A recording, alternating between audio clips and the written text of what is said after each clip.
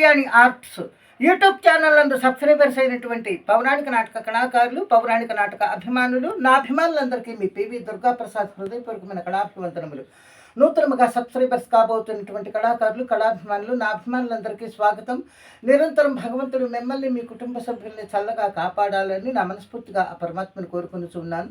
మిత్రులారా, ఈరోజు నేను పాడబోతున్నటువంటి పద్యం చింతామణి నాటకంలో దామోదరుడి పద్యం.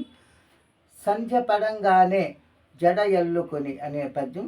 ఈ పద్యానికి రాగం ఆరభి రాగం. ఇది 29వ మేళకర్త శంకరాభరణ రాగజన్యం ఆరభి.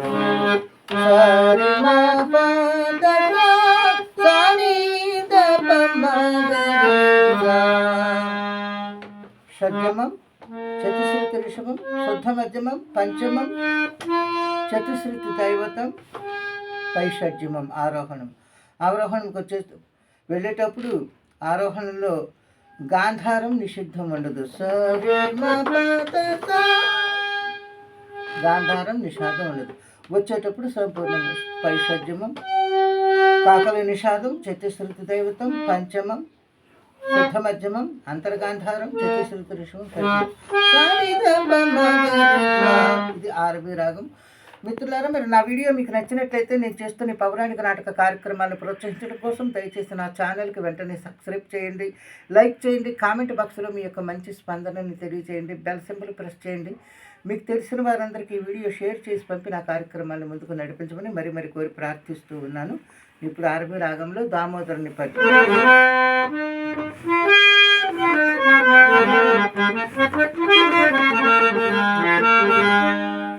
మిత్రమా బిల్వమంగళ, ఈ వేశ్యల గుణగణములు ఎట్టివన్నినా? సంధ్య పడంగానే జడయల్లుకొని కంపు తొలగ నీటను మేను తొలచి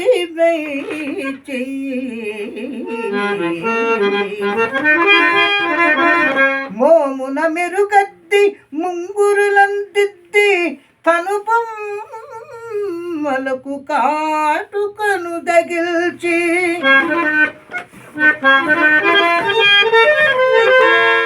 మారు రైక ధరించి మారు పావడ దాల్చి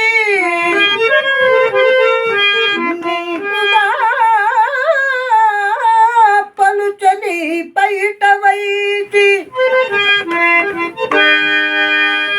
విడియంబు చేకొని వీధి గుమ్మముల నిల్చి వచ్చిపోయడు వారి వంక జూచి